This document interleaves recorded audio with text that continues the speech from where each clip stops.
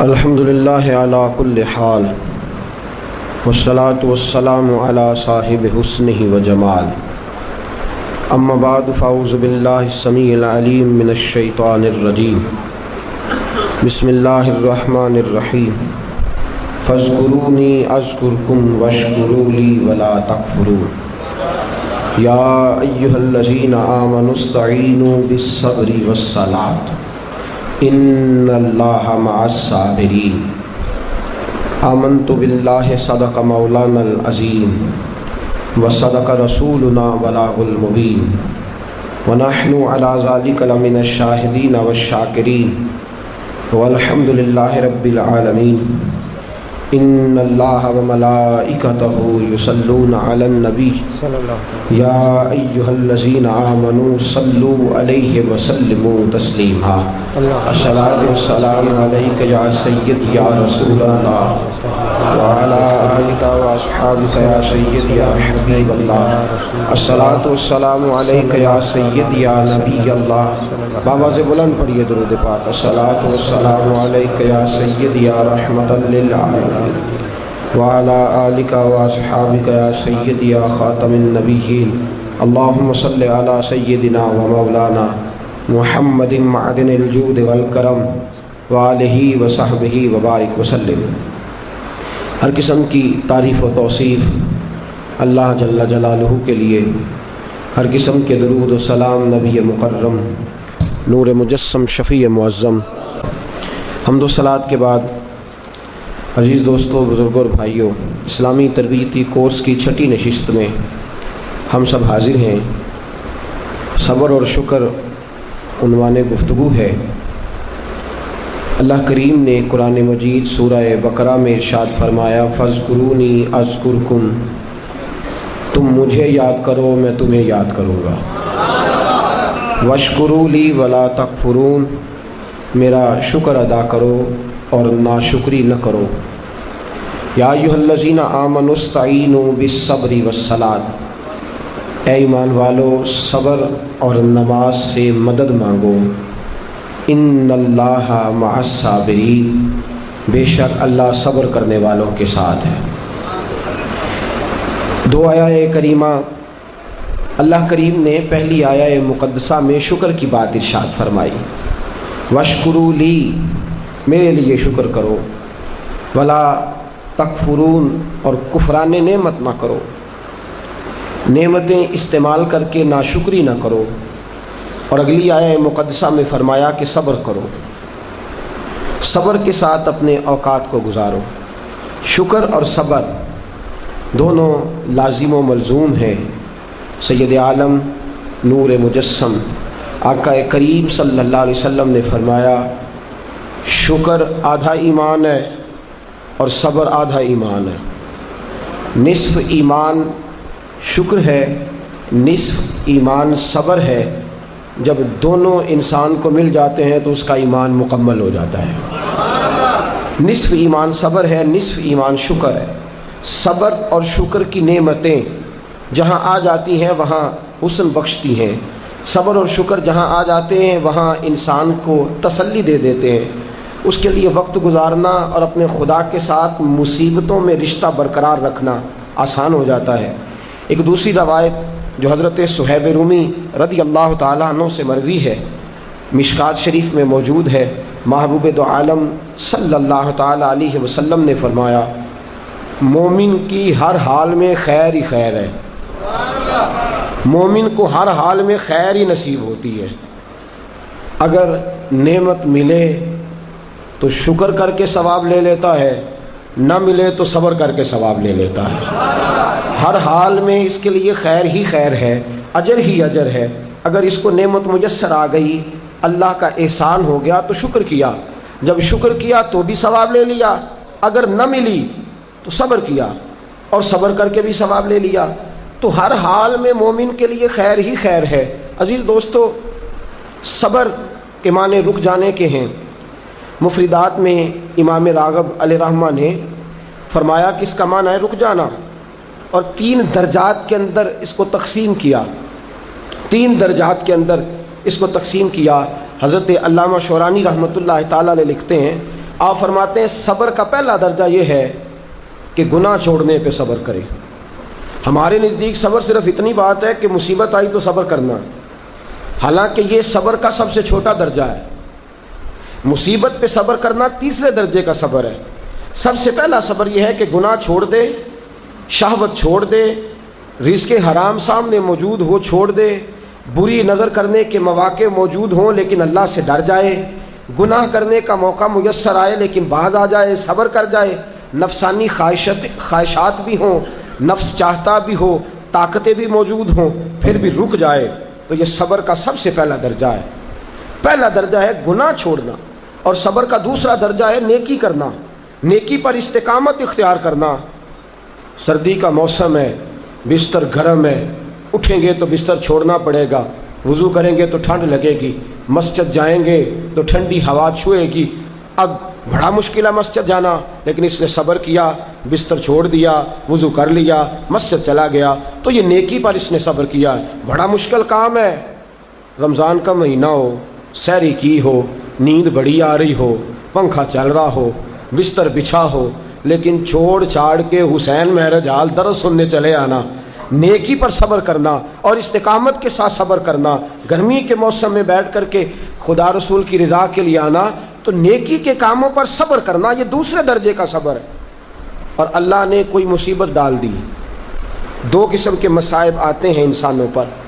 ایک، کبھی ہم سے خطا ہو جاتی ہے، اور رب فرماتا ہے وما اصابکم من مصیبت فبما کسبت ایدیکم، تم پر جو مصیبتیں آتی ہیں وہ اس لیے آتی ہیں کہ میں تمہارے گناہوں کی کوئی چھوٹی موٹی سزا دنیا میں ہی دے کے تمہیں آخرت کی سزا سے بچا لیتا ہوں، کوئی چھوٹی موٹی مشکل دنیا میں ڈال کے۔ وما اصابکم من مصیبت فبما کسبت ایدیکم، فرمایا تم پر جو مصیبتیں آتی ہیں وہ تمہارے اپنے ہاتھوں کی وجہ سے آتی ہیں، تمہارے ہاتھوں کے کسب کی وجہ سے آتی ہیں۔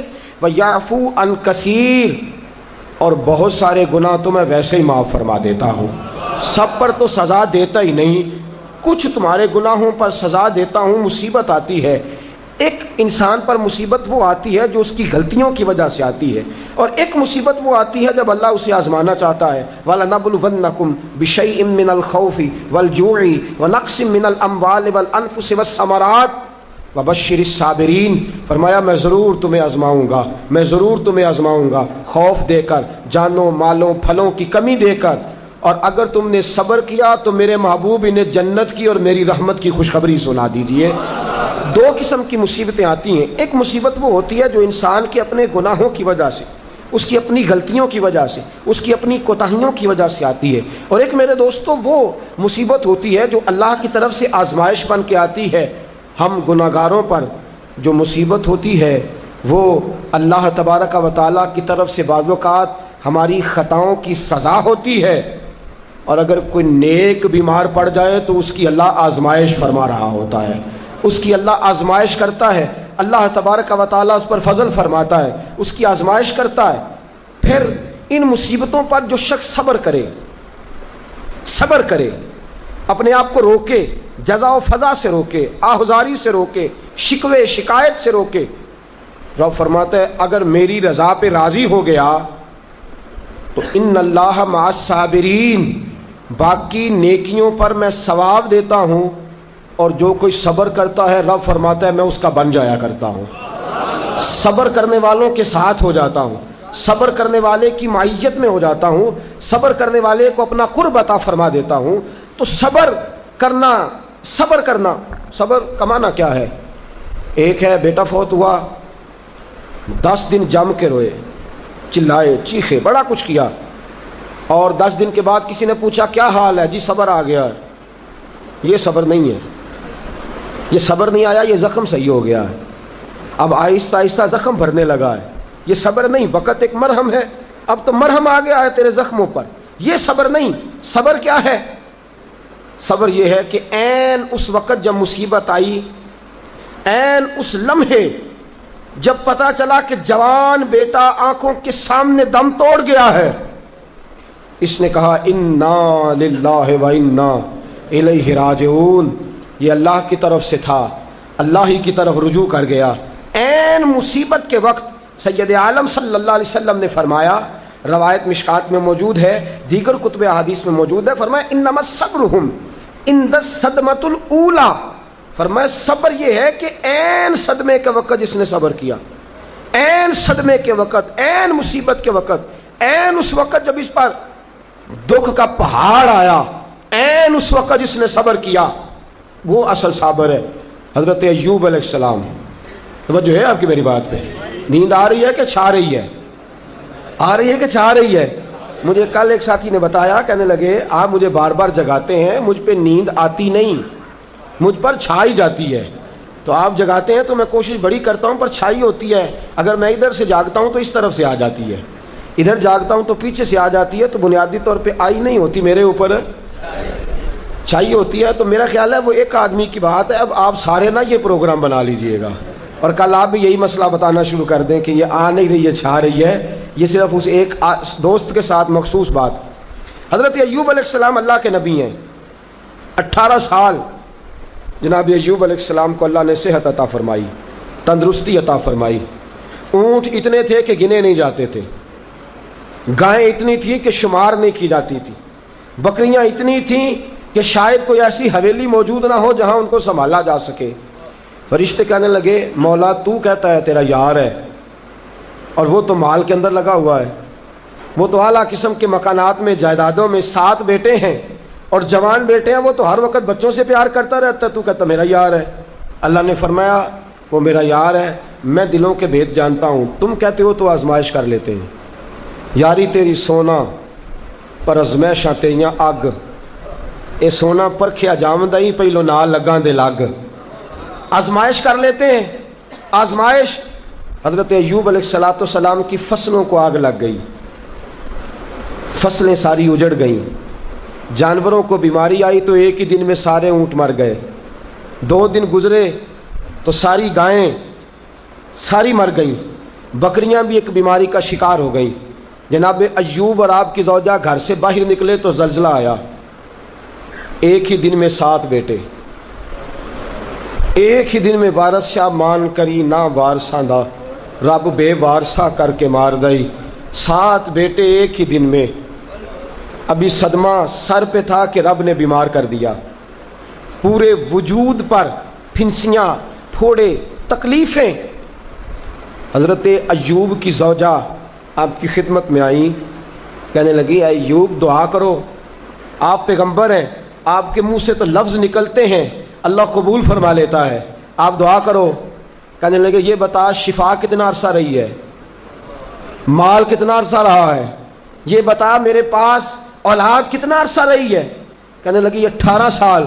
کہنے لگے 18 سال اس کا فضل کرم احسان رہا ہے، اب ذرا مجھے 18 سال تکلیف میں رہ لینے دے، پھر دعا بھی کر لوں گا، پہلے مجھے 18 سال گزار لینے دے نا، جتنا وقت اس نے مجھے آسانی میں دیا ہے اتنا ذرا تکلیف تو بھئی، سکھ آئے تو خوشی خوشی کیا بات ہے کیا بات ہے کیا بات ہے، دکھ آئے تو شکوہ شروع کر دیا، صبر ہی نہیں کیا، ٹھہرا ہی نہیں، کہا مجھے 18 سال ذرا گزار لینے دے، اس کے بعد دعا کر لوں گا۔ کہنے لگی دعا کرنے میں کیا حرج ہے، دعا کر دیں۔ کہنے لگے دعا کر کے کیا کروں، رب سے عرض کریں کہ شفا دے دے۔ تو فرمانے لگے اللہ کو نہیں پتا ایوب بیمار ہے، اس کو خبر نہیں کہ ایوب بیمار ہے، جے سونا میرے دکھ وچ راضی تے پھر سکھ نو چلے ڈاواں، اس کو نہیں خبر بیمار ہے، میں صبر کروں گا، میں صبر کروں گا۔ 18 سال گزرے۔ علامہ اسماعیل حقی رحمۃ اللہ علیہ فرماتے ہیں 18واں سال چڑھا، تردامنی پہ شیخ ہماری نہ جائیے، ہم دامن نچوڑ دیں تو فرشتے وضو کریں، وہی فرشتے بارگاہ خداوندی میں کہنے لگے یا اللہ ہم جان گئے ہیں واقعی تیرا پکا یار ہے، اس قابل ہے کہ یار بنایا جائے۔ حضرت ایوب علیہ السلام تندرست ہو گئے، شفا ہو گئی۔ ایک عرصہ گزرا تو آپ کی زوجہ ایک دن آپ سے پوچھنے لگی ایوب وہ دکھ اچھے تھے یا یہ سکھ اچھے ہیں، وہ دکھ اچھے تھے یا سکھ؟ آپ فرمانے لگے دن تو سارے ہی اللہ کے ہیں، پر اگر مجھ سے پوچھو تو دکھ ہی اچھے تھے، اگر مجھ سے پوچھو تو دکھ اچھے تھے۔ صبر کرتا تھا، کبھی کبھی رو بھی پڑتا تھا، دکھ تھے تو بارگاہ خداوندی میں جاتا تھا تو آنسو بھی بہہ جاتے تھے، تکلیفیں تھی تو سجدہ کرتا تھا تو مصلی بھیگ جاتا تھا، درد تھا ہاتھ اٹھاتا تھا تو داڑھی پہ آنسو گرتے تھے۔ جب سے سکھ آئے ہیں آنسو ہی خشک ہوتے چلے جا رہے ہیں. یہ دکھ ہے تو درد ہے، دکھ ہے تو سوز ہے، دکھ ہے تو انسان کے دل کے اندر تڑپ ہے. فرمایا مجھے تو لگتا ہے اصل اللہ کا بندہ وہی ہے کہ اللہ اسے مصیبت پہ رکھے اور وہ خدا سے صبر کر کر کے اجر حاصل کرتا رہے. صبر کرنا اور مصیبتوں کے اوپر اپنے آپ کو ٹھہرانا کام مشکل. اور جب اللہ آزمائش ڈالتا ہے نا تو جو کام سیدھے ہوتے ہیں وہ بھی الٹے ہونے شروع ہو جاتے ہیں. جب خدا کی طرف سے وَلَنَبْلُوَنَّكُمْ بِشَيْءٍ مِّنَ الْخَوْفِ وَالْجُوعِ وَنَقْصٍ مِّنَ الْأَمْوَالِ وَالْأَنفُسِ وَالثَّمَرَاتِ، جب اللہ کی طرف سے آزمائش آتی ہے، جب انسان پر اللہ کی طرف سے کوئی چیز نازل ہوتی ہے، آپ سونے کو ہاتھ رکھتے ہیں تو مٹی ہو جاتی ہے. آپ کسی طرف بھی، بہت سے دوست آ کے کہتے ہیں جی قدم آگے اٹھاتا ہوں جاتا پیچھے ہے، کیا کروں؟ تو میں اکثر عرض کرتا ہوں کہ تھوڑے دن قدم اٹھانا ہی چھوڑ دیں. کیا کریں؟ بیٹھ کے اللہ اللہ کریں، صبر کریں، دعا کریں. کچھ وقت انسان پر ایسا ہوتا ہے تلک الایام نداولها بین الناس، جو اللہ نے انسان کے دن بدل کے رکھنے ہوتے ہیں. کچھ وقت ایسا ہو، پھر ایک وقت آتا ہے کہ وہی انسان مٹی میں ہاتھ رکھتا ہے تو اللہ اسے سونا بنا دیتا ہے. رب آزمائش کرتا ہے، رب آزماتا ہے. جو لوگ مصیبتوں پر صبر کرتے ہیں، جو لوگ مصیبتوں پر صبر کرتے ہیں، سید عالم نور مجسم شفیع معظم صلی اللہ تعالی علیہ وسلم نے فرمایا، رب فرماتا ہے ایک بندہ اللہ کی بارگاہ میں کھڑا ہوا، قیامت کا دن ہے، فرشتے نامہ اعمال کھولنے لگے. اللہ نے فرمایا فرشتوں تمہیں پتہ ہے میں نے اسے دنیا میں بڑے دکھ دیے تھے، اس پر بڑی آزمائشیں آئی تھیں، اس نے زندگی بڑی تکلیف میں گزاری تھی، تمہیں خبر ہے؟ یا اللہ ہم جانتے ہیں بڑا صابر ہے، بڑا صابر ہے، اس نے صبر کے ساتھ وقت گزارا، صبر کے ساتھ اپنے اوقات کو طے کیا. رب فرماتا ہے جو اتنا صبر کرے میں اس کا نامہ اعمال ٹٹولوں، اس کا نامہ اعمال کھولتے ہوئے مجھے شرم آ رہی ہے، سارا کچھ لپیٹ دو اور بغیر حساب کتاب اسے جنت میں داخل کر دو. یہ صبر کرنے والا ہے، یہ صبر کرنے والا ہے. مجھے حیا آتی ہے کہ یہ صبر. بڑی گاڑی دیکھ کے بھی صبر کرنا چاہیے. اگر موٹر سائیکل ہے نا تو بڑی گاڑی دیکھ کے ذرا، اور جس کے پاس بڑی گاڑی ہے نا وہ بھی ذرا موٹر سائیکل والے کو ہارن تھوڑے ہی دے، وہ بھی ذرا صبر کرے، اس لیے کہ اس کو مل گئی ہے تو کوشش سے نہیں ملی، خدا کے فضل سے ملی ہے. دونوں ذرا صبر کا مظاہرہ کریں. وہ بڑی گاڑی والا ہارن پہ ہارن بجایا جاتا ہے، کہتا ہے یہ موٹر سائیکل والے کو تو عقل ہے ہی نہیں، یہ تو رستہ دیتا ہی نہیں، وہ یہ کہہ رہا ہے. اور گزرا ہے تو موٹر سائیکل والا کہتا ہے اللہ نے تجھے دے دیا گاڑی تو تیرا دماغ بڑا اونچا ہو گیا ہے، تیرے پاس نہ ہوتی تب میں تجھ سے پوچھتا. اب دونوں ہی شکوہ کر رہے ہیں، دونوں ہی گلہ کر رہے ہیں، دونوں ہی شکایت کر رہے ہیں. دونوں کو صبر کرنا چاہیے، دونوں کو اطمینان سے رہنا چاہیے. جب انسان کے وجود میں صبر آ جاتا ہے، جب اس کو صبر نصیب ہوتا ہے. بڑی خوبصورت حدیث، بڑی بخاری شریف میں موجود ہے، اور صاحب عمدۃ القاری حضرت مفتی شریف الحق صاحب رحمۃ اللہ تعالیٰ علیہ فرماتے ہیں بخاری شریف کی یہ حدیث ایسی ہے جسے میں جب بھی پڑھتا ہوں میں چوم لیتا ہوں.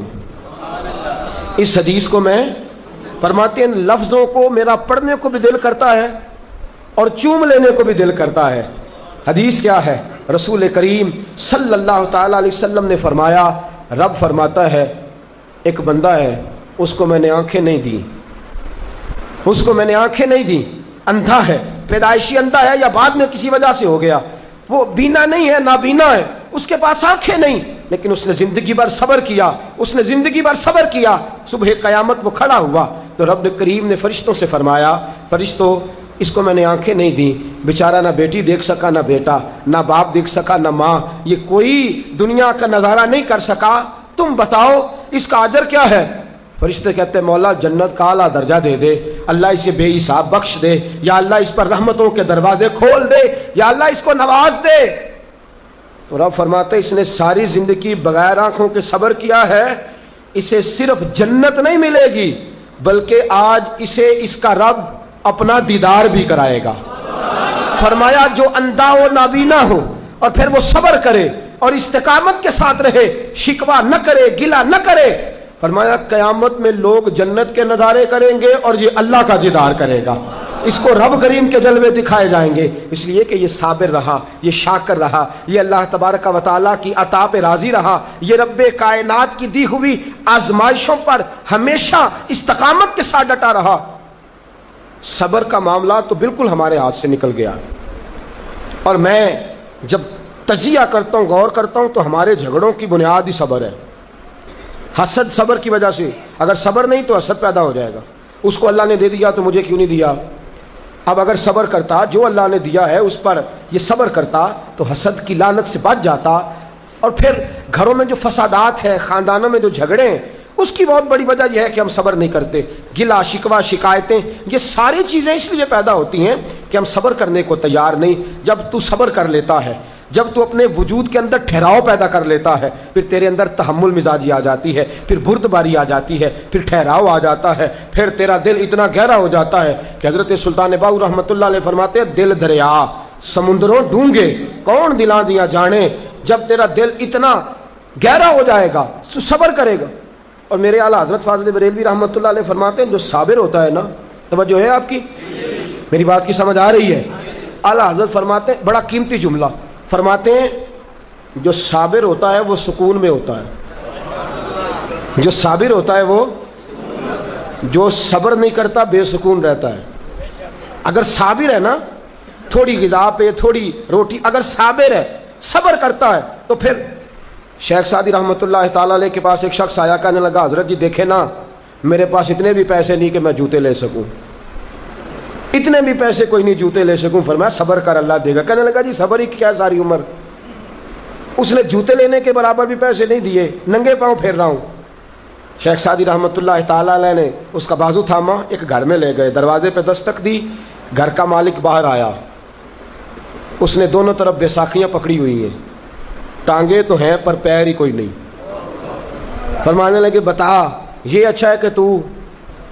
کہنے لگا جی میں آپ سے بھی معافی مانگتا ہوں، اپنے رب سے بھی معافی مانگتا ہوں، اس کے تو پیر ہی نہیں بیچارے کے، اس کے پاس تو قدم ہی نہیں۔ دوستو، جب صبر رخصت ہو جاتا ہے، جب صبر رخصت ہو جاتا ہے، نبی پاک صلی اللہ تعالی علیہ وسلم نے فرمایا، خدا اگر تجھے مصیبت دیتا ہے نا، اور ان مصیبتوں پر جب اللہ تجھے قیامت میں اجر دے گا، دنیا میں رب تجھے جو مصیبتیں ڈالتا ہے، ان مصیبتوں پر جب قیامت کے دن اللہ تجھے اجر دے گا، تو تیرا دل چاہے گا کاش سکون ہوتا ہی نہ، آزمائشیں ہی آزمائشیں ہوتی، کاش سکون نہ ہوتا، آزمائشیں ہی آزمائشیں ہوتی، جب تو وہ اجر دیکھے گا۔ نبی پاک صلی اللہ علیہ وسلم نے فرمایا، جب کسی کا بچہ انتقال کر جاتا ہے نا، ہاں بات بڑی مشکل ہے، کام بڑا مشکل ہے، جب کسی کا بچہ، بیٹا یا بیٹی انتقال کر جاتا ہے، وہ کسی دانشور نے کہا تھا کہ میرا باپ انتقال کر گیا، 6 مہینے گزرے تو میرا 18 سال کا بیٹا بھی انتقال کر گیا۔ کہنے لگے میں نے اپنے 80 سال کے باپ کا جنازہ اٹھایا تو میری کمر نہیں جھکی، لیکن جب 18 سال کے بیٹے کا جنازہ اٹھانے لگا تو میری کمر جھک گئی، اور رو کے کہنے لگا، لوگوں باپ کا جنازہ پڑھنا آسان ہے، دعا کرو کسی کو بیٹے کا جنازہ نہ پڑھنا پڑ جائے، بڑا مشکل کام ہے، بڑا کٹھن مرحلہ ہے، یہ بڑی آزمائش کا معاملہ ہے۔ نبی رحمت صلی اللہ علیہ وسلم نے فرمایا، جب کسی کا بچہ انتقال کر جاتا ہے، جب کسی کا بیٹا یا بیٹی انتقال کر جاتا ہے، فرشتے اس کی روح لے کے اللہ کی بارگاہ میں جاتے ہیں، رب فرماتا ہے تم میرے بندے کے جگر کا ٹکڑا لے آئے ہو، اس کے وجود کا حصہ لے آئے ہو، اس کی روح کی ٹھنڈک لے آؤ ہو، بولو تو صحیح میرا بندہ کیا کہتا تھا، بتاؤ میرا بندہ کیا کہتا تھا، اس نے کیا کہا؟ فرشتے کہتے ہیں مولا جب ہم نے اس کے بیٹے کی روح قبض کی اور وہ اپنے بیٹے کی میت پہ آیا تو اس نے تیرا گلہ نہیں کیا، شکوہ نہیں کیا، بلکہ اس نے کہا انا للہ و انا الیہ راجعون، یہ دیا بھی اللہ نہیں تھا، لے بھی اللہ ہی گیا ہے۔ جب اس نے یہ بیٹے کی میت دیکھی ہے تو اس نے یہ کہا ہے کہ اللہ کا مال تھا، اللہ لے گیا۔ رب فرماتا ہے باقی کے کام چھوڑ دو، جنت کی طرف جاؤ اور میرے اس بندے کے لیے اور اس کے بیٹے کے لیے ایک مکان بنا دو، جنت میں جاؤ۔ دنیا کی زندگی تو تھوڑی ہے نا، اور آخرت کی زندگی حد ہی کوئی نہیں، اس کی حد ہی کوئی نہیں، کتنی لمبی ہے۔ فرمایا دنیا میں تو کٹھے نہیں رہ سکے، اب جنت میں مکان بنا دو، اس میں اس کا باپ بھی رہے گا، یہ بھی رہے گا۔ حضرت ابو ہریرہ رضی اللہ تعالیٰ عنہ فرماتے ہیں اللہ کے محبوب صلی اللہ تعالیٰ علیہ وآلہ وسلم کے صاحبزادے جناب ابراہیم علیہ السلام فرماتے ہیں حضور کے صاحبزادے، آپ رات کو جب ان کی ولادت ہوئی تو نبی کریم علیہ السلام ہمارے درمیان آئے، جاگیے ذرا غور فرمائیے گا بات پہ. سید عالم صلی اللہ علیہ وسلم تشریف لائے اور ہم نے حضور کے چہرے کو چمکتے دیکھا. ہم نے آنکھوں میں ایک خوبصورتی، ایک رنگ ڈھنگ دیکھا. ہم نے کہا یا رسول اللہ موڈ مبارک بڑا اچھا ہے، حضور کوئی خیر کی خبر ہے؟ فرمایا مجھے مبارک دو، اللہ نے مجھے بیٹا عطا فرمایا ہے، میرے آنگن میں پھول کھلا ہے، خدا نے مجھے بیٹے کی دولت سے نوازا ہے، میرے آنگن میں پھول کھلا ہے. فرماتے ہیں اگلے ہی دن، ایک روایت ہے کچھ عرصے کے بعد، ایک روایت ہے اگلے ہی دن ظہر کے بعد میرے محبوب نے پیار کرنے کے لیے بیٹا اٹھایا اور صاحبزادے کی سانسیں اکھڑنے لگی. رسول پاک کے صاحبزادے نبی پاک کے مقدس ہاتھوں میں سانسیں اکھڑ رہی ہیں. حضور کے دستے مبارک میں صاحبزادے نے وصال کر دیا. آنکھیں بند کی تو نبی کریم کی مقدس آنکھوں میں آنسو آئے. رات خوشی تھی، رات حضور مبارکیں وصول کر رہے تھے، رات مسکرا رہے تھے، صحابہ کے جرمٹ میں بیٹھ کر محبت کی بات ہو رہی تھی. ایک ہی تو رات گزری ہے، 24 ہی تو گھنٹے ہوئے ہیں، آنکھوں میں آنسو بھر آئے ہیں. حضرت عبداللہ ابن عمر رضی اللہ تعالیٰ عنہ عرض کرتے ہیں یا رسول اللہ آپ رو رہے ہیں؟ حضور صاحبزادے کا انتقال ہوا تو رو رہے ہیں. نبی رحمت صلی اللہ تعالیٰ علیہ وسلم نے فرمایا عبداللہ دل میرا غمزدہ ہے، آنکھوں میں آنسو ہیں، پر میں اپنی زبان سے وہی جملے کہوں گا جس سے میرا اللہ راضی ہوگا. میں کوئی بے صبری والی بات نہیں کروں گا، میں کوئی ایسا جملہ نہیں کہوں گا جس سے میرا خدا ناراض ہو جائے. اگرچہ میرا دل غمزدہ ہے، اگرچہ میں پریشان ہوں، اگرچہ میری آنکھیں آنسو بہا رہی ہیں، یہ محبت کی علامت ہے، یہ پیار کی علامت ہے، لیکن فرمایا میری زبان سے کوئی کسی کے ہاں میت ہو جائے تو آنسوؤں سے رونا محبت کی علامت ہے. اگر آنسو آتے ہیں نا تو یہ تو محبت ہے. حضرت عثمان بن مظعون رضی اللہ تعالیٰ عنہ کا وصال ہوا تو اللہ کے محبوب کی آنکھوں میں آنسو آئے. سیدہ عائشہ صدیقہ رضی اللہ تعالیٰ عنہ نے کہا یا رسول اللہ آپ روتے ہیں؟ فرمایا یہ آنسو محبت کی علامت ہیں. خدا کو بین کرنا ناپسند ہے، شور کرنا ناپسند ہے، باتیں کر کر کے رونا، شور کرنا، آہوزاری کرنا، ماتم کرنا، فرمایا یہ چیزیں خدا کو پسند نہیں. شور کرنا بالخصوص خواتین اس بات پہ ضرور توجہ کریں، اس کی باتوں کا تذکرہ کر کر کے رونا، اونچی اونچی آواز میں بیان کرنا اور بار بار تڑپ تڑپ کے کہنا کیا بنے گا، کہاں جائیں گے، کیسے گزر اوقات کریں گے، یہ جملے کہنا اللہ کے رسول کو اتنا ناپسند ہے، اتنا ناپسند ہے کہ نبی پاک صلی اللہ علیہ وسلم نے فرمایا جو عورت میت پر بیان کرتی ہے یا جو شخص ماتم کرتا ہے، فرمایا وہ تو میری امت میں ہی شامل نہیں ہے. فرمایا میں تو اس کو شامل ہی نہیں سمجھتا. لیس منی، وہ ہم میں سے نہیں ہے. صبر کرے، ٹھہر جائے، اللہ کی رضا پہ راضی ہو جائے، قضا پہ راضی ہو جائے، جھک جائے خدا نے.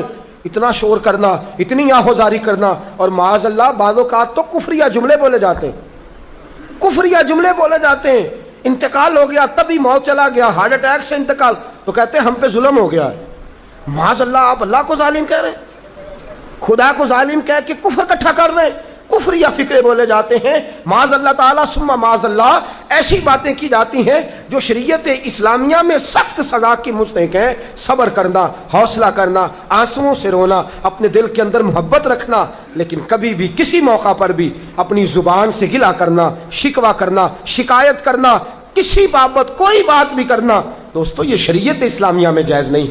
صبر کریں، صبر کا پہاڑ بن جائیں. ان اللہ مع الصابرین، اللہ صبر کرنے والوں کے ساتھ ہے، اللہ صبر کرنے والوں کو جزا دیتا ہے. اور حضور نے فرمایا جب بھی تم پہ کوئی مصیبت آئے، الذین اذا اصابتہم مصیبہ قالوا انا للہ و انا الیہ راجعون. جب بھی کوئی مصیبت آئے پڑھا کرو انا للہ و انا، صرف فوتگی کے وقت نہیں، صرف فوتگی کے وقت نہیں، جب بھی کوئی مصیبت آئے کیا پڑھنا ہے؟ انا للہ و انا الیہ. اور یاد رکھیے مصیبتیں اللہ کے پیاروں پر آتی ہیں. 500 سال فرعون نے دعویٰ خدائی کیا ہے معاذ اللہ. 300 سال فرعون کا حال یہ تھا کہ ننگے پاؤں کانٹوں پہ چلتا تھا اور اس کے پیر میں کانٹا بھی نہیں چبھتا تھا. فرشتے کہتے ہیں یا اللہ یہ کیا ہے؟ وہ تو اور ڈٹ جائے گا کہ میں خدا ہوں. فرمایا مہلت دے رہا ہوں. جو بیمار ہوتے ہیں وہ اللہ کے فرما بردار ہوتے ہیں، ان کو تو ساتھ ساتھ تھوڑی تھوڑی تکلیف دے کے اللہ معاف کرتا رہتا ہے، ورنہ ڈھیل دیتا. ایک صحابی ہیں، طبقات ابن سعد میں روایت ہے، ایک صحابی اپنی بیوی سے کہتے ہیں پانی لاؤ. رات کا وقت ہے، آنکھ کھلی تو کہتے ہیں اٹھ پانی لا. بیوی پیالے میں پانی لائی، سو گئے. آنکھ لگ گئی. فرما بردار بیوی ساری رات پانی لے کے کھڑی رہی, ساری رات. کبھی سنتے تھے ہم بھی بزرگوں سے کہ بیویاں ایسا کرتی ہیں, کبھی سنا کرتے تھے. وہ شوہر بھی بڑے تقوی اور طہارت والے ہوتے تھے تو بیویاں بھی بڑی فرما بردار ہوتی تھی. ساری رات بیوی پانی کا پیالہ لے کے کھڑی ہے. صبح آنکھ کھلی تو اپنی بیوی سے کہنے لگے کیا بات ہے تیری, مانگ تو کیا مانگتی ہے, آج تو جیسے کہے گی میں ویسے کر دوں گا. ساری رات تو کھڑی رہی, بول جس طرح تو کہے گی. بیوی نے عجیب ہی بات کر دی, کہنے لگی آپ اس طرح کریں مجھے طلاق دے دیں. اب بات کر بیٹھے تھے کہ تو جیسے کہے گی, اور صحابہ سچاؤں لوگوں کی جماعت ہے, سچائیاں ان پہ ناز کرتی ہیں. تیرا وعدہ ہے کہ تو جیسے میں کہوں گا ویسے, جیسے میں کہوں گی تو کر دے گا, مجھے طلاق دے دے. شوہر بڑا پریشان ہوا, میں نے وعدہ کر لیا تھا جیسے تو کہے گی, اب تو کہتے ہیں طلاق دے دے, یہ کیسے ممکن ہے؟ اتنی فرما بردار بیوی, اتنی اچھی بیوی دوبارہ میسر آنا مجھے ناممکن نظر آتا ہے. میں کیسے طلاق دے دوں؟ وعدہ بھی ہے, بات بھی کر لی ہے, اب تیرا مطالبہ بھی ہے, کیا کروں؟ بڑے پریشان ہو گئے. جب کسی طور بھی بات ہے نا مشکل مرحلہ, بات مشکل ہے نا, جیسے تو کہے گا کہے گی میں ویسے, بندہ دعویٰ ہی وہ کرے جو اس سے ہو جائے گی بات, جو دعویٰ کر. اچھا کچھ دوست آ کے کہتے ہیں جی کوئی حکم, کہتے ہیں نا, تو اگر ان کو یہ حکم دے دیا جائے کہ چھت پہ کھڑے ہو جاؤ ساری رات نماز پڑھو تو کیسا مشکل ہے نا. تو بندہ یہ کیوں نہ کہے کہ جناب آپ حکم کریں, اگر میری پہنچ میں ہوگا تو میں اس پہ عمل کروں گا. اور پھر اگر حکم سنایا جائے نا, میں تو کبھی کبھی جو دوست قسم کے میرے تعلق والے لوگ ہیں وہ کہتے ہیں نا کوئی حکم, تو میں کہتا ہوں پہلے پکی بات کرو, پورا کرو گے نا. ایسے نہیں حکم کرا لینا چاہیے, پہلے پکی بات کرو, کر لو گے جناب کوئی حکم کسی قسم کا. حالانکہ ایسا ہو سکتا, یہاں تو بندہ اچھا صحابی کہہ بیٹھے جیسے تو کہے گی کرنے لگی طلاق دے دیں. بڑے پریشان ہوئے, کہنے لگے ایک موقع دیتی ہے, صبح چلیں گے حضور کی بارگاہ میں اور ہم دونوں اپنا مسئلہ پیش کریں گے, پھر جیسے اللہ کے نبی فرمائیں گے ویسے کر لیں گے. چلو ٹھیک ہے. اس پہ بات ختم ہوئی, سو گئے. صبح اٹھے, گھر ذرا دور تھا, دونوں میاں بیوی آ رہے ہیں مسجد نبوی کی طرف. رستے میں بیوی شوہر کو ٹھوکر لگی اور اتنا سخت گرے, ایک زخم پیر پہ, ایک ہاتھ پہ, ایک سر پہ, خون بہنے لگا.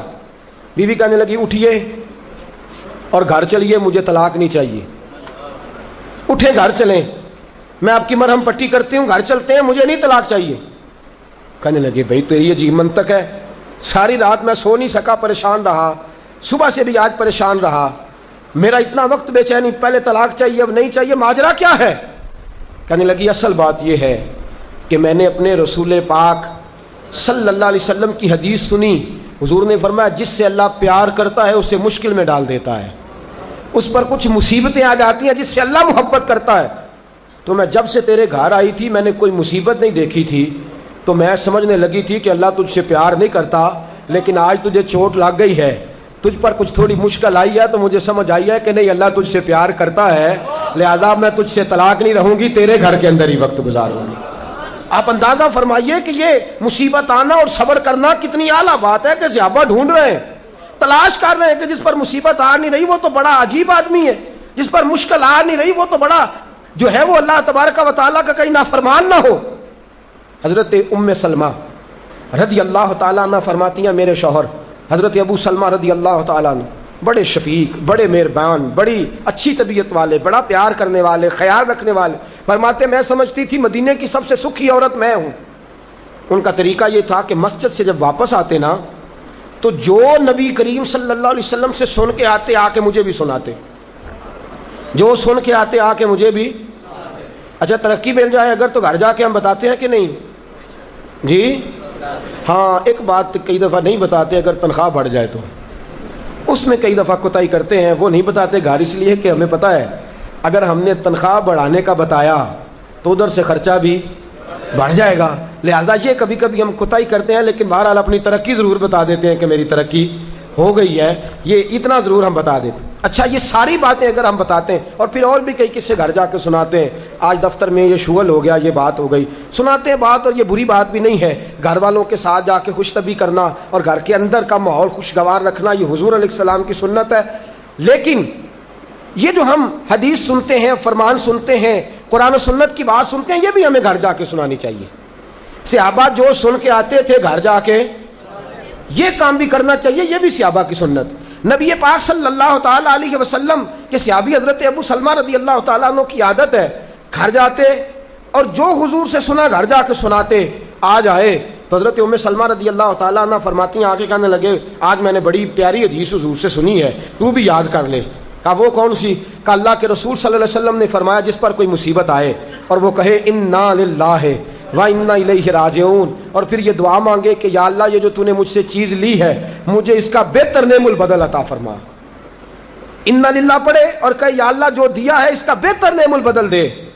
حضور فرماتے ہیں اللہ جو چیز لی ہوگی اس سے بہتر چیز اسے عطا فرما دے گا۔ یہ حدیث گھر جا کے سنائی۔ حضرت ام سلمہ کہتی ہیں میرا چراغ بھی بجھ جاتا تو میں پڑھ دیتی انا للہ وَإِنَّا إِلَيْهِ رَاجِعُونَ۔ میں نے وظیفہ پکا لیا، میں اس پہ مکمل طور پر استقامت کے ساتھ عمل کرنے لگی۔ فرماتی ہے مجھ پر ایسی مصیبت آئی جو میرے لیے بڑی مشکل ہو گئی، میرے شوہر حضرت ابو سلمہ انتقال کر گئے۔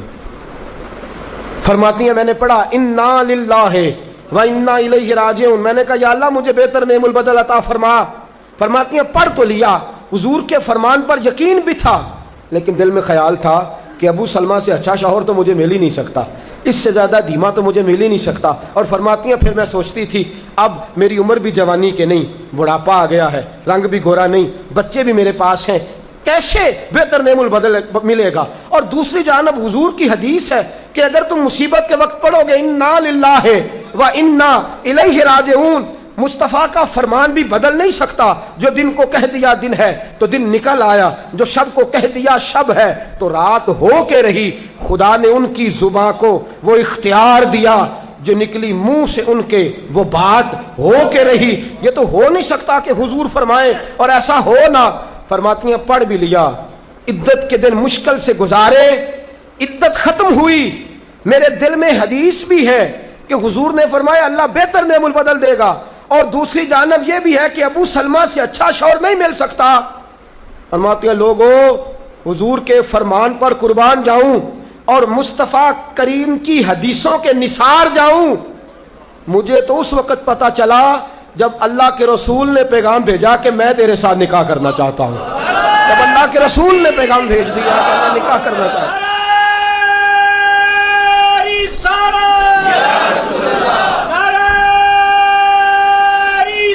حضرت ام سلمہ ام المومنین رضی اللہ تعالیٰ عنہ فرماتی ہیں جب مصطفیٰ کا پیغام آیا تو فرماتی ہیں فوراً میرے لب پہ درود آیا، فوراً میرے لبوں پہ سلام آیا۔ میں نے کہا محبوبہ جو بھی فرماتے ہو سچ ہی فرماتے ہو، جو بھی کہہ دیتے ہو کمال ہی کہہ دیتے ہو۔ یا رسول اللہ میں کہتی تھی مجھے ابو سلمہ سے اچھا شوہر نہیں مل سکتا، اللہ نے مجھے کائنات میں سب سے اچھا شوہر عطا فرما دیا، کائنات میں سب سے۔ میں نے صبر کیا اور حضور کے فرمان پر عمل کیا کہ مصیبت آئے تو کہو انا للہ وَإِنَّا إِلَيْهِ رَاجِعُونَ۔ میں نے صبر کیا، شکر کیا، اللہ نے مجھے دھرتی پہ سب سے اچھا شوہر دیا۔ اور حضرت ام المومنین ام سلمہ رضی اللہ تعالیٰ عنہ عرض کرتی ہیں یا رسول اللہ میرا رنگ بھی گورا نہیں، حضور عمر بھی میری بڑھاپے کے قریب ہے، بچے بھی ہیں، روپ بھی نہیں تو میرا رنگ بھی نہیں، میری رومی ورگی چال بھی نہیں تو میرا جامی ورگا عشق، حضور کوئی ایسی چیز نہیں جو آپ کے قابل ہو۔ یا رسول اللہ تو امیر حرم میں غریب بے نوا، تو کجا من کجا۔ میرے حبیب نے فرمایا ام سلمہ تیرے پاس غربت بھی ہے، پریشانی بھی ہے، بچے بھی ہیں، مجھے پتہ ہے کوئی تیرا سہارا نہیں بنے گا، اور جس کا کوئی سہارا نہ بنے اس کا میں بنا کرتا ہوں۔ فرمایا اس لیے تیرے ساتھ نکاح کرنا ہے تاکہ تجھے سہارا میسر آ جائے۔ میرے رسول پاک نے فرمایا تو مصیبتوں پر آہوازاریاں نہ کر، شکایتیں نہ کر، صبر کر، صبر کا پہاڑ بن۔ اور اعلیٰ حضرت فاضل بریلوی نے لکھا ہے آپ فرماتے ہیں جتنا کوئی بڑا صابر ہوگا اتنا اللہ کے قریب ہوگا، جتنا صبر زیادہ ہوگا اتنا قرب زیادہ ہوگا۔ صبر کرنا سیکھیں، تھوڑے رزق پر صبر، اللہ کی طرف سے آنے والی آزمائش پر صبر۔ باپ بھی تھوڑا صبر کرے، اگر بیٹے نے اپنا گھر بسا لیا ہے تو اب تھوڑا صبر کرے، اطمینان کے ساتھ وقت گزارے۔ اماں بھی تھوڑا صبر کرے، بیٹا اسی کا رہے گا، تھوڑا صبر کرے. بہو بھی اگر آ گئی ہے نا وہ بھی تھوڑا صبر کرے, ذرا اطمینان کے ساتھ رہے. اس کو کسی نے جنا ہے, کسی نے اس کو پالا ہے, کسی نے اس کو بیاہا ہے, وہ ذرا صبر کرے. اطمینان. ہمارا جو صبر ہے وہ صبر نہیں رہا تو فساد آیا ہے, صبر نہیں رہا تو اختلاف آیا ہے, صبر نہیں رہا تو نفرت آئی ہے, صبر نہیں رہا تو بغض آیا ہے, صبر نہیں رہا تو حسد آیا ہے. جہاں صبر نہ ہو وہاں درجنوں مصیبتیں ہوتی ہیں, اور جہاں صبر ہوتا ہے وہاں خدا کے جلوے ہوتے ہیں. جہاں صبر ہوتا ہے وہاں اللہ کا کرم ہوتا ہے. جہاں صبر ہوتا ہے خدا کی عطا ہوتی ہے. باقی عبادتوں پر ثواب ملتا ہے اور صبر پر رب رحمان ملتا ہے. ان اللہ مع الصابرین, اللہ صبر کرنے والوں کے, اللہ صبر کرنے والوں کے.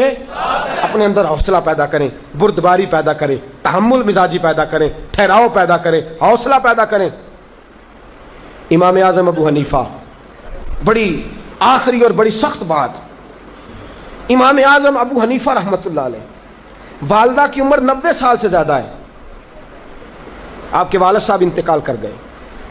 امام اعظم کا ایک حاسد, اور ایک تو ہے نا امام صاحب عالم بڑے تھے, شیخ بڑے تھے, امام صاحب امیر بھی بڑے تھے, اللہ نے مال و دولت میں بھی بڑا فضل فرمایا, صاحب حیثیت آدمی تھے. ایک آپ کا حاسد آیا, حسد کرنے والا, اور آ کے کہنے لگا بڑی کڑی بات, تلخ بات جس پہ انسان مارنے مرانے, کہنے لگا ابو حنیفہ میں نے سنا ہے آپ کے ابا جی انتقال کر گئے. امام صاحب فرمانے لگے ہاں. کہنے لگے سنا ہے آپ کی اماں بڑی خوبصورت ہے, میرے ساتھ نکاح نہیں کر دیتے. اب یہ کتنے غصے کی بات ہے, کتنے جلال کی بات ہے, کس قدر تلخ بات ہے. امام صاحب فرمانے لگے میری اماں عاقلہ اور بالغہ ہیں, میری ماں عقل والی ہیں اور بالغ ہیں, میں ان سے پوچھوں گا, اگر ان کا نکاح کا ارادہ ہوا تو آپ کو اطلاع دوں گا. امام صاحب فرماتے ہیں میرے دل میں غصہ تو آیا, لیکن وہ صبر والی ساری حدیثیں بھی مجھے فوراً یاد آ گئی. فرماتے ہیں میں نے فوراً صبر کر لیا, اور میں نے کہا اماں عاقلہ بالغہ ہے, پوچھوں گا, اگر ان کا نکاح کا ارادہ ہوا تو آپ کو اطلاع دوں گا. کہتے ہیں یہ کہہ کے میں نے اپنے دل میں کہا مولا اتنے لمبے بھی امتحان نہ لیا کر, کوئی ماں کے بارے میں صبر کیسے کرے, کوئی باپ کے بارے میں صبر کیسے کرے, یا اللہ اتنے دل میں کہا, لیکن مولا میں نے تیری رضا کے لیے صبر کر لیا ہے, اور میں نے حوصلے کا دامن نہیں چھوڑا. امام صاحب اٹھے, ابھی چند قدم آگے بڑھے تھے کہ وہ آدمی تڑپنے لگا. اتنا تڑپا کہ اس کی روح پرواز کر گئی. لوگ کہنے لگے امام صاحب اسے کیا ہوا؟ کہنے لگے ابو حنیفہ کے صبر نے اس کی جان لے لی ہے. ابو حنیفہ کے صبر نے اس کی, فرمایا اتنا صبر کر, اپنے مخالف کے مقابلے میں اتنا صبر کر, اتنا صبر کر, اتنا صبر کر کہ اس کی جان ہی لے لے. تو صبر کرے گا تو اللہ تیرے ساتھ ہو جائے گا. امام صاحب فرماتے ہیں وہ انتقال کر گیا تو فوراً میں نے کہا یا اللہ تیرا فرمان سچا ہے, ان اللہ مع الصابرین, واقعی تو میرے ساتھ ہے, میں نے صبر کیا تو ساتھ ہے. یا اللہ میں نے سزا نہیں دی, میں دیتا بھی تو تھپڑ مار لیتا, میں دیتا بھی تو سر پھوڑ لیتا, میں دیتا بھی تو ٹانگ پہ مار لیتا, جان تو نہیں نہ لے سکتا تھا, لیکن میں نے صبر کیا, رب میرے ساتھ ہوا تو اللہ نے اس کی جان ہی نکال ڈالی. ابو حنیفہ کے صبر نے اس شخص کی جان لے لی. صبر کیجئے, صبر کیجئے, صبر کیجئے. جس کے پاس صبر کا دامن آ گیا وہ انسان کامیاب ہو گیا, اس کو خدا کی معیت نصیب ہو گئی, اس سے اللہ کا قرب میسر آ گیا. اور جو بے صبر ہے وہ بے سکون ہے, جو بے صبر ہے وہ لڑائی کرے گا, حسد کرے گا, جھگڑا کرے گا, بغض رکھے گا, بڑا کچھ کرے گا. اعلیٰ حضرت فاضل بریلوی کو خط آئے, کسی میں گالیاں لکھی ہیں, کسی میں کچھ لکھا ہے. آپ کے ایک مرید تھے حضرت ملک العلماء مولانا ظفر الدین صاحب بہاری رحمۃ اللہ تعالی علیہ, کہنے لگے حضور میں ان لوگوں پہ مقدمے کروں گا جنہوں نے آپ کو گالیاں دی ہیں. اعلیٰ حضرت فرمانے لگے میری فلاں الماری سے خط نکال کے لاؤ.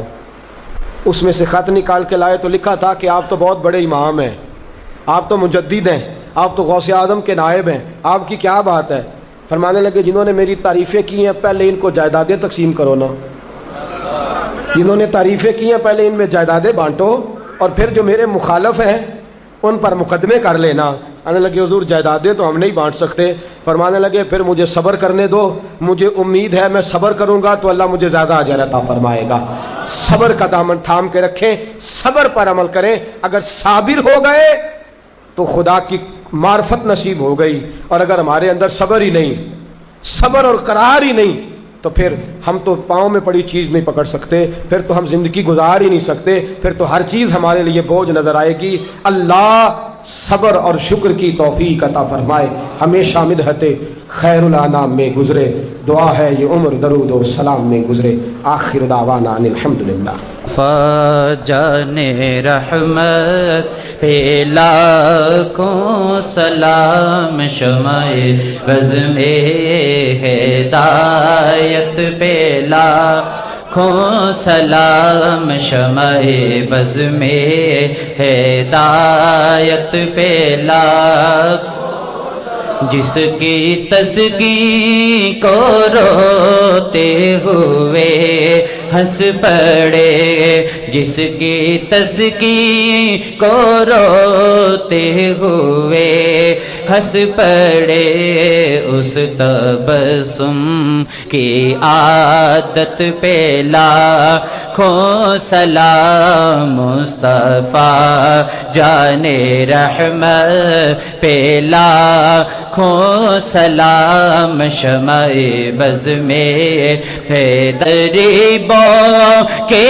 آقا پہ بے حد درود، ہم غریبوں کے آقا پہ بے حد درود، ہم غریبوں کے آقا پہ بے حد درود، ہم غریبوں کے آقا پہ بے حد درود، ہم غریبوں کے آقا پہ بے حد درود، ہم فقیروں کی سرور پہ لاکھوں سلام، مصطفیٰ جان رحمت پہ لاکھوں سلام، شمع بز میں ہدایت پہ لاکھوں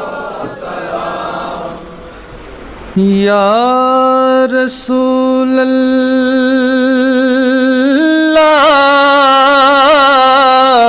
تیرے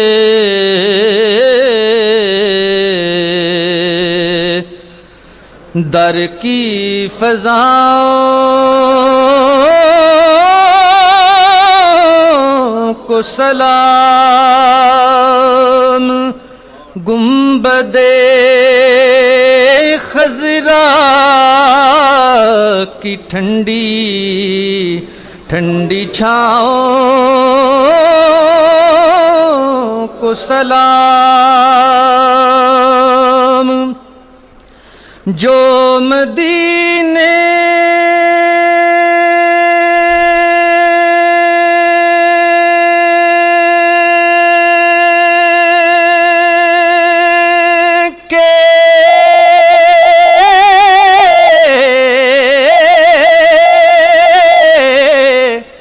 گلی کوچوں میں دیتے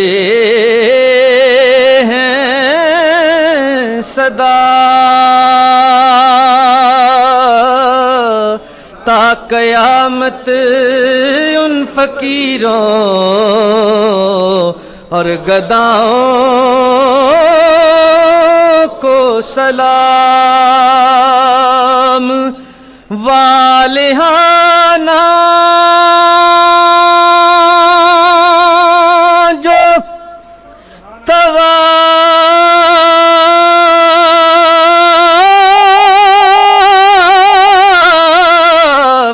روضائے اقدس کریں،